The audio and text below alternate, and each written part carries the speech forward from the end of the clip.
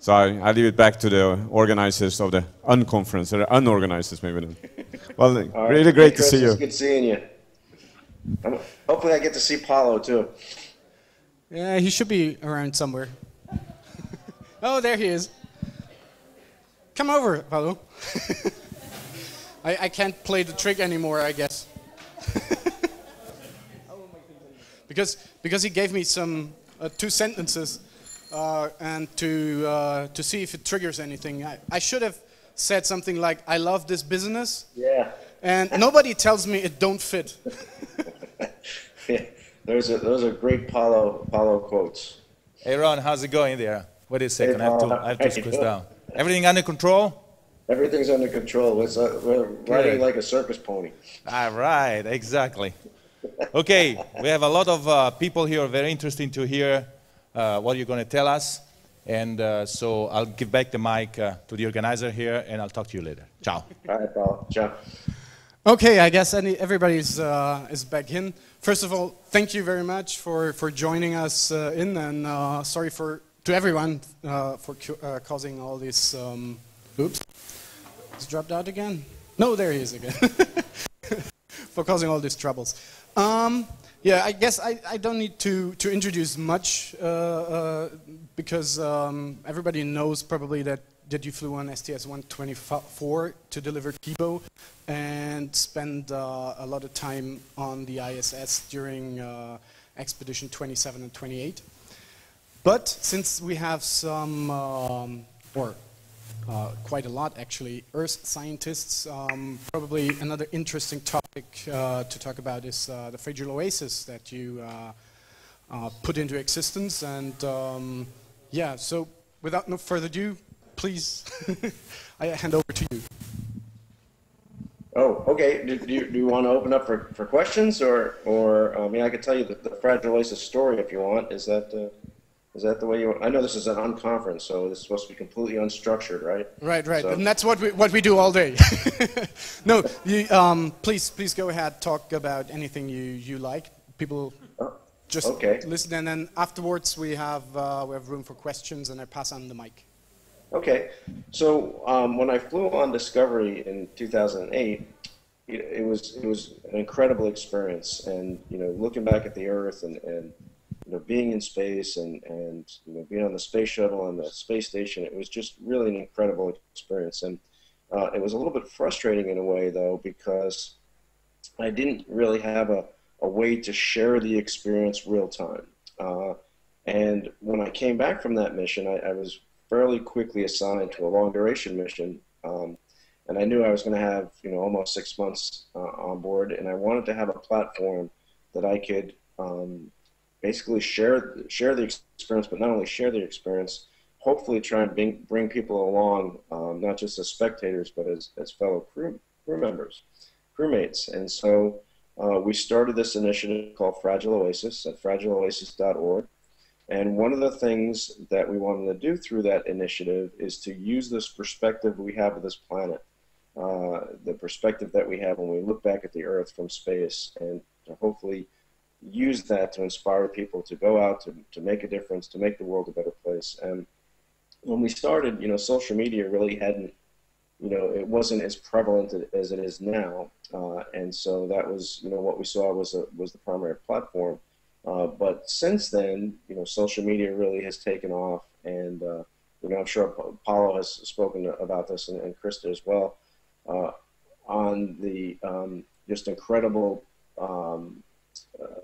the enabling qualities that social media has, where we can share things near real time, or in some cases in real time, events that are happening on the Earth. We can share them through pictures. We can interact with people on the ground during the missions, people that we never would have had the opportunity to meet before. And so it's really been a really incredible experience. And so Fragile Oasis has evolved into a platform, a blogging platform with a number of people who are sharing this orbital perspective, both people who have flown in space and people who have not flown in space, because you don't need to be in orbit to have the orbital perspective. And that's one of the big points that we wanted to make with the initiative. It is a work in progress. We're building collaborative platforms into the site itself. And one of the things that it spun off was an initiative called Unity Node. And what Unity Node is attempting to do, it uses the inspiration of the space program, the inspiration of Node 1 on the International Space Station, which was launched to be the central connector of all the other modules and all the lines of communication and all the lines of life, so that provide life support flow through that module. And we wanted to apply that to the Earth. And so one of the things that we're doing is I launched into space with this idea, this belief that we have all the technology, we have all the resources necessary to solve all the problems facing our planet. And so, I spent a good bit of time, thinking about that while I was on board, looking back at the Earth and wondering, if we have all the technology and we have all the resources, why do we still have so many problems? And I think one of the major reasons for that is our inability to collaborate on a global scale. And the International Space Station is a perfect example of what we can do when we collaborate, when we work together to do amazing things. And so Unity Node is attempting to provide a universal open source platform for organizations. We're starting with humanitarian organizations around the world to work together towards their common goals. And so it was a kind of an outshoot of Fragile Oasis. I think it's going to be a really exciting project. We're in the phase right now, which is coalition building. So we're bringing together organizations like the United Nations and the U.S. Agency for International Development, obviously NASA, a lot of corporate involvement as well. So it's really a very, very exciting project and one that I'm looking forward to seeing how it's all going to turn out. So I guess if we want, we could open it up for questions. Or I could just keep blabbing if you want. Cool. Okay, any questions for Ron? Too excited? we killed you all off. Okay, Daniel.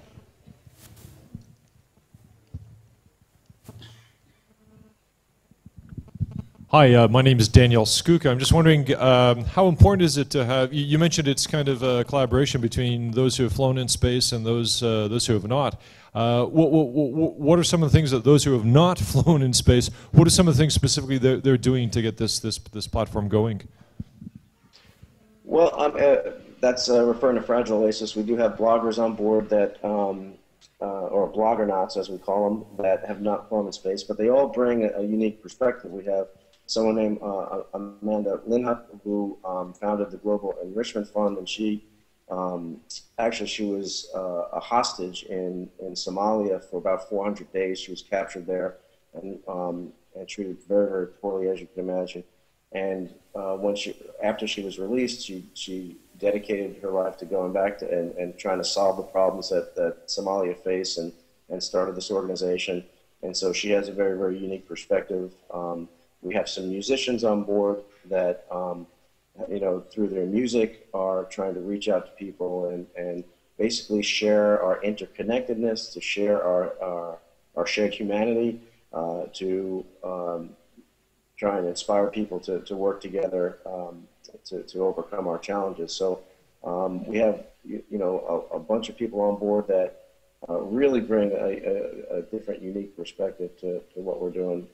We have some, there's other organizations that share similar goals. Like one, for instance, is Astronomers Without Borders. Their slogan is "One People, One Sky," and so that's perfect. It goes hand in hand with what we're trying to do in Fragile Oasis, and some of the people who are involved with that organization are involved as bloggernauts on Fragile Oasis as well. Okay. Hi, Ron. Thank you for being with us. I'm Marcus Landgraf from MISA. I have a quick question. You spoke of international collaboration. What do you think is the main barrier today? Why are we not collaborating on the same level in other fields than we are in space? And what would be a strategy to overcome that? Well, I mean, certainly there's a technical aspect of that, and that's one of the things that we're trying to do. What we're trying to do is provide, we don't want to build one massive database to rule them all. What we're trying to do is figure out how we can have existing databases, existing social networks talk to each other. And so what we're trying to do is make all of these initiatives, all of these humanitarian initiatives, all of these initiatives for collaboration, we're trying to make them all better. We're trying to connect them together. So, you know, the first, if you really want to provide an open source collaborative platform, the first step to that is to collaborate with all those organizations that are trying to do the same thing.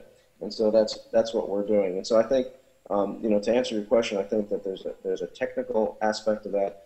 I think in the humanitarian sector, there's also a cultural aspect of that. Believe it or not, or maybe many of you might know this, that you know that the humanitarian sector is a very, very competitive sector. You have organizations that are all vying for the same limited funding, the same limited grants, the same limited investments in the case of social enterprise. And so, you know, I think that there's once we introduce a level of transparency, a level of openness, I think that's going to change everything. And I think as many people also realize, one of the big barriers to collaboration is corruption.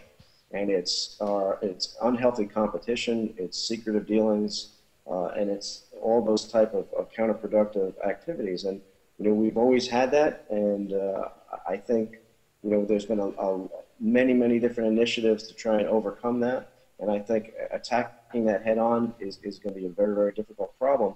So what we're hoping to do through this open, transparent mechanism is to make that obsolete.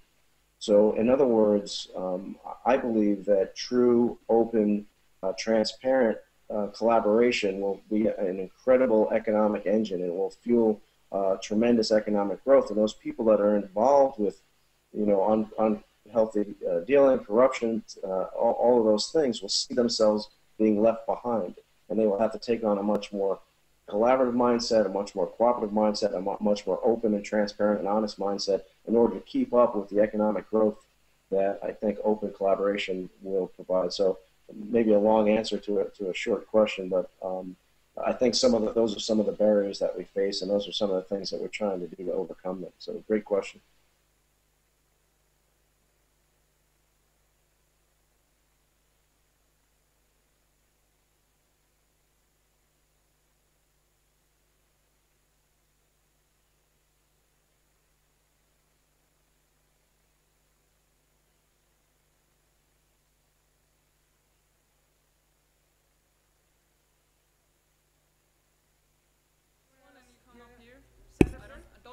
Okay, just the battery died on our on a traveling microphone. Nick, maybe you want to come to the podium just to ask Ron the question while we get the other microphone. Hi, Ron. Just on your point about this kind of, without naming names, other organisations who aren't really playing ball. What do you feel? We have a mic. Oh. Just what do you feel about what the Chinese Space Agency are doing right now with their kind of Mercury, Gemini, Apollo trajectory that they seem to be following? So I think the more people and the more organizations that get into space, I think the better off we're all going to be. I think experiencing space is a transformational experience.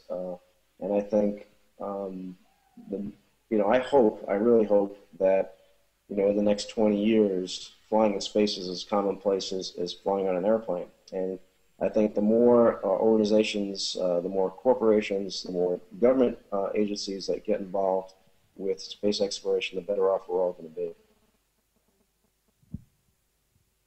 Okay, more questions? Okay, since nobody in the auditorium has one, I have one. You were talking about real-time data sharing and picture sharing and everything from the ISS, and I was wondering, actually, since it's quite a, referred to a costly expedition up there, how many time does, in your case, NASA actually give you to have all the photos and the social media sharing and so on? Yeah, that's an easy answer, 0.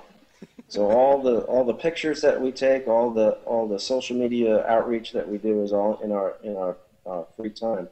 and it's on something called the crew support LAN. And one of the limitations that we have with using that as a communication platform is that it's really just seen as something for the crew, as an entertainment thing for the crew, for psychological support, I guess. And it's not really viewed as a public outreach tool, and that is changing now. I think that we are all realizing just how powerful that is as a communication tool, as a public outreach tool, as an education outreach tool. And so one of the main recommendations that we have been making, as crews are coming back, is to elevate that to a higher level, to give it more priority, to give it more bandwidth, because it all comes down to what share of the bandwidth we can get in order to do those type of things. So the answer at the moment is 0. So thank you for taking your spare time to share all the experience with us, because that makes it even more special. Another question.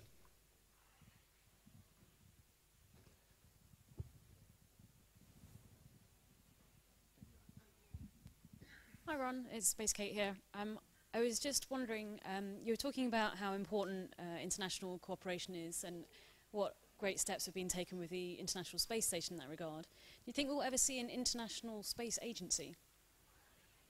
International Space Agency, that's a good question. It's good to see you, by the way. Last time I saw you, it was in Florida.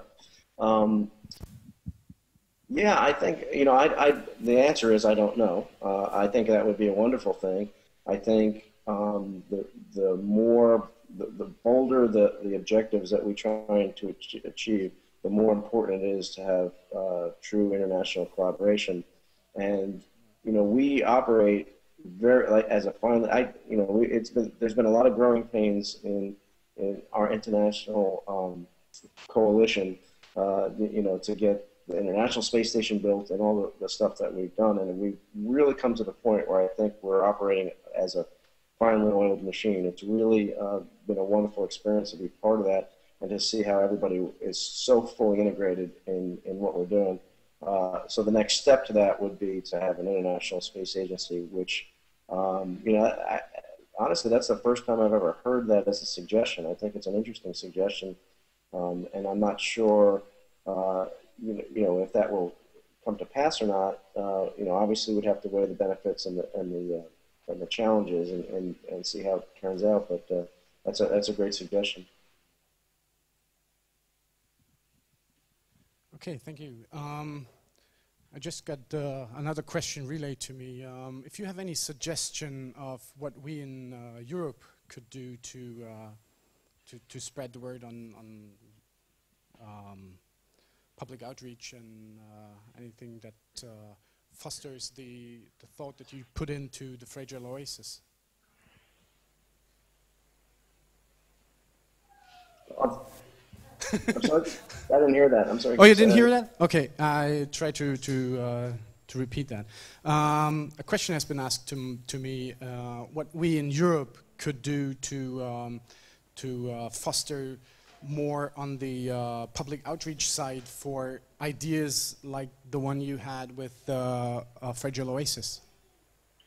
Well, I think one of the things we can do is that, one of the things that we try and encourage everybody to do is to go out and do something to make the world a better place. I mean, that's kind of the whole point of Fragile Oasis. And so we have a mechanism on the site where you could submit projects that you're doing, and we want to, whatever projects they are, we want to help promote that. We want to help support those projects. So I would say become a member of the community, enter the projects that you're doing, let us know about what you're doing, and then let us know how we can help you. And I think, as I said, it's a work in progress, and we're in the process of developing more collaborative tools, more collaborative apps that people can work together.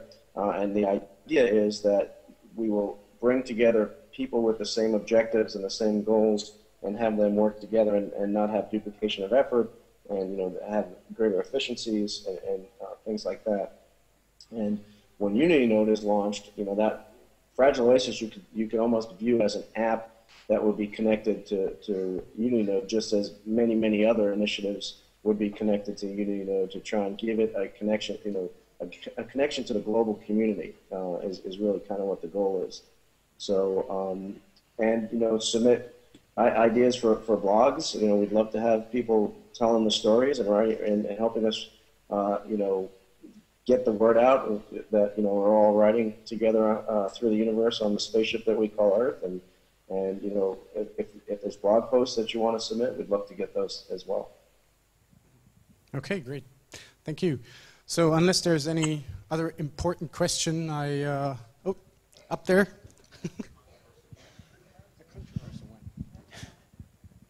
It's Rob Drysdale. I probably shouldn't ask this in this crowd, but don't you think that the space tourism stuff and everything is counterintuitive towards the fragile Oasis and what we're trying to do, because we're going to burn a lot of fuel and resources and everything just to put a bunch of us up in space? And I guess I shouldn't ask that, especially because even I want to go into space. But it is, with the dwindling resources and everything, something we've got to be careful of. Don't you think that's an issue? Okay, hey Rob, by the way, and if I understood the question, I think you're asking, is the environmental impact of the launches themselves worth sending people into space? Is that the question? Not with respect to space station and the research and other things that we're doing, like Curiosity and all the other things, but more around the tourism side of things.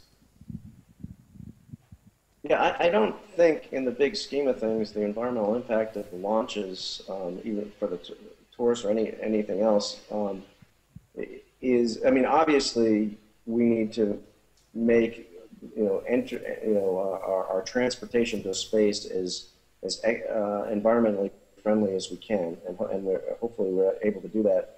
It's not that big of an issue when we have a handful of launches, or certainly not the number of launches that it's going to make any kind of impact that's noticeable. But the more people that we fly, when we start hopefully having an industry in space, and we're having many launches per day, that's obviously going to be something that we think about. In the near term, though, even if we had a fully, very robust space tourism industry, I think that the impact would be well overpowered by the benefit of actually having people experience looking back at our Earth, having that transformational experience of realizing how small our world is, and how fragile our world is, and how interconnected we all are. And so I think that the benefits of that, of having people come back and experience that, I think would greatly outweigh any very minuscule environmental impact that might have. But having said that, then obviously we need to take every step we possibly can to make sure that it's to minimize the environmental impact. Okay, we got one more question. I'm always standing on the wrong side of the auditorium. Okay, just a question about your own spaceflight experience. I'm wondering, after you come back from a long-duration mission and you've worked with European or Japanese or Russian astronauts, but you're back in your home countries, you're back doing your own home jobs, do you guys actually keep in touch? Do you guys have time or a chance or opportunity to chat, have a beer, just catch up with each other? Yeah, every chance we get. So it's good to see Paul and Krista here today, and we spend a lot of time at the different centers, and so it's always like coming home if we're at EAC or in Scuba or in Star City or in Houston. There's always it's a very fraternal organization, very just a very tight-knit group of men and women that have shared this experience, and so it's always good to get together and we kindle old friendships and everything else. So it's a very unique group of people that all share this vision of space exploration and pushing the next pushing over the next hill and seeing what's there, and it's always good to get together. Okay, I guess we have time for one last question, and I see Christian. Hi, I'm Christian Lutten from Rotterdam, Gravinaut on Twitter. You got the fragile Oasis project, so how fragile our little tiny planet Earth is. And it's regularly reported, like when astronauts go to space, they see the tiny little Earth, and then you really get to value our planet. And I think this, I may say only have been in Leo, but I mean the astronauts who went to Apollo and they went to Moon, they saw our Earth even more fragile. Don't you think it's time that we go and explore even further to better understand the value of our little planets? And what would you like to see personally as your next exploration mission beyond Earth, Leo, beyond Moon? Where to go? What's your vision? So that's a really good question, and you know, let me answer that. I guess the last one first here is what I personally would like to see, and again, I stress personally, is I would like to see us return to the moon, and I would like to see that for a number of reasons. I think there's great justification from. Sorry about that, my phone's ringing. Great justification from a scientific point of view, from a commercial point of view, from an environmental point of view. There's enough energy on the moon to power our planet for centuries, and so there's many different reasons for that. There's also checking out and testing our procedures, our equipment, our technology 3 days away from the planet versus going months away from the planet. But I see that as I see that as a destination in and of itself, a very important destination. But I also see that as a step to go further. And obviously, Mars would be a great place to go. We've talked about asteroids, but the idea is that we just don't want to go places and see what's there and come back. We want to go there to stay. We want to go there to make use of the resources there, etc. And I believe that the farther you talked about Apollo and seeing the whole Earth and seeing how fragile it is from that distance. I think the farther we get away from the Earth, I think the smaller our differences become. I see them. The farther we get away, the more that we seem like one species on one little lifeboat that's hurling through the universe together. And I think the farther we get away, the more perspective we have on that. I think it's a great thing for humanity to strive for.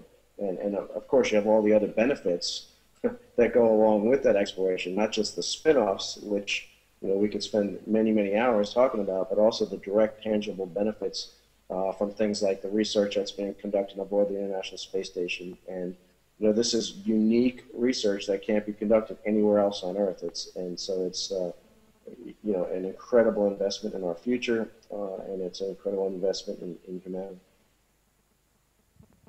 Okay, from the reaction of the audience, I think everybody agrees that going to the moon should be the next goal to to follow.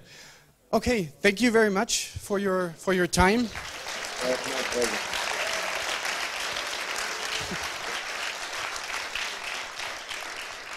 It really was a great pleasure having you on the first SpaceUp in Europe. Thank you very much. Oh, it's my honor. It's my honor. Have fun. Bye-bye. Thank you. Thank you.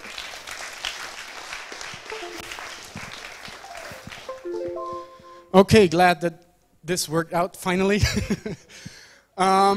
So now I think the next step is to go to